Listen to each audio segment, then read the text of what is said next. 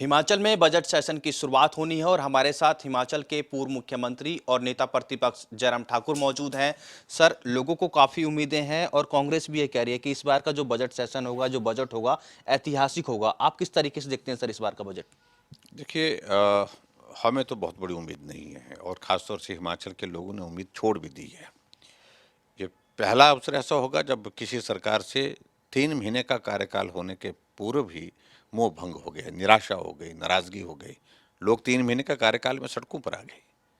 चारों तरफ तालाबंदी हो रही है, स्कूलों पर तालाबंदी, हॉस्पिटल में तालाबंदी, जो इंस्टीट्यूशन खोले गए हैं वो भी बंद कर दिए गए, तालाबंदी वहाँ पर भी।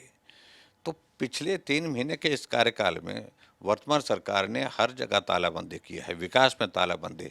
इंडस्ट्री जो हिमाचल प्रदेश में खासतौर से सीमेंट इंडस्ट्री सबसे बड़ी इंडस्ट्री है, सबसे पुरानी इंडस्ट्री है।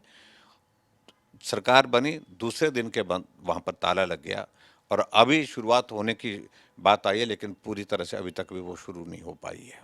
तो इसलिए बहुत बड़ी एक नाराज़गी और निराशा का माहौल पूरे हिमाचल प्रदेश में बना है वर्तमान सरकार के खिलाफ।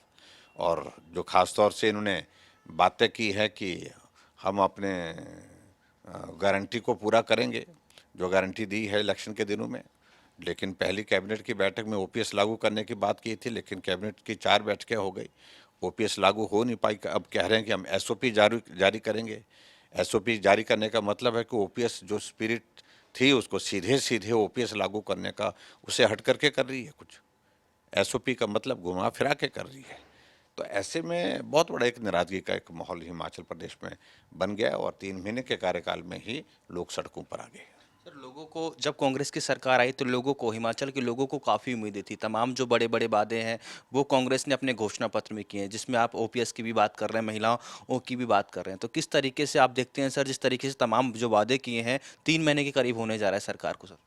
3 महीने के कार्यकाल में देखो हम तो उम्मीद कर रहे थे कि हम थोड़ा वक्त देना चाह रहे थे, लेकिन जिस प्रकार से 11 तारीख को शपथ ग्रहण होता, 12 तारीख को हिमाचल प्रदेश में जो संस्थान 8-8 महीने 9-9 महीने से काम कर रहे थे, वो संस्थान बंद करने की, डिनोटिफाई करने की जो है प्रक्रिया शुरू हुई। और जो अनफॉर्चुनेट है, मैं कह सकता हूँ हिमाचल प्रदेश में आज से पहले जितनी भी सरकारें हुई, जिस स्केल पर इन्होंने बदले की भावना से संस्थान रद्द किए हैं, वो संस्थान रद्द करने की परंपरा आज से पहले रही नहीं है। वर्तमान सरकार ने की है और मुझे लगता है कि वो उनको भुगतना पड़ेगा।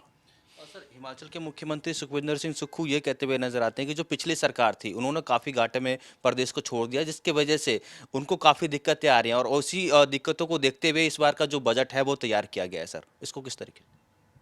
देखिए, मैं एक बात को बड़ा स्पष्ट करना चाह रहा हूँ कि हिमाचल प्रदेश में ऋण हमारी सरकार के दौरान नहीं, कांग्रेस की सरकार के दौरान भी ऋण लिया गया।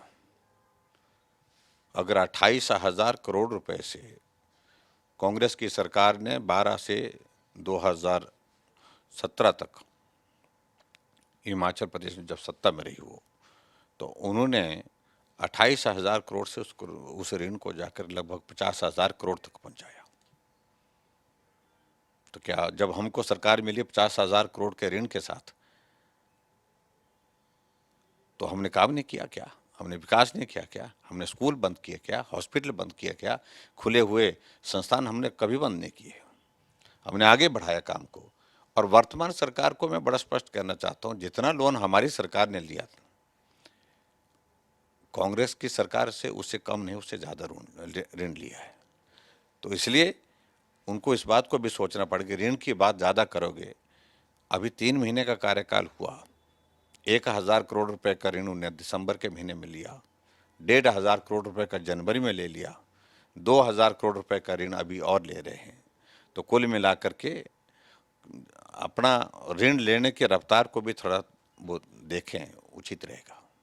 और सर, मिशन 2024 में बीजेपी लग चुकी है, आप दिल्ली दौरे पर हैं। किस तरीके की तैयारियां हैं सर मिशन 2024, क्योंकि अगले साल लोकसभा के चुनाव होने हैं सर? तो ठीक है, मैं इस बात को सिर्फ एक ही कहना चाह रहा हूँ कि हमारी ओर से बिल्कुल तैयारी है। लोकसभा के चुनाव के लिए हमारी हिमाचल प्रदेश में तैयारियां जोरों पर हैं और निश्चित रूप से हम चारों सीटें जीतेंगे हिमाचल प्रदेश में। बहुत बहुत धन्यवाद सर खबर अभी तक से बातचीत करने के लिए। तो ये थे हिमाचल के पूर्व मुख्यमंत्री और नेता प्रतिपक्ष जयराम ठाकुर, जिन्होंने खबरें अभी तक से खास बातचीत की। मेरे सहयोगी जस्सी के साथ राजा पटेल, दिल्ली खबरें अभी तक।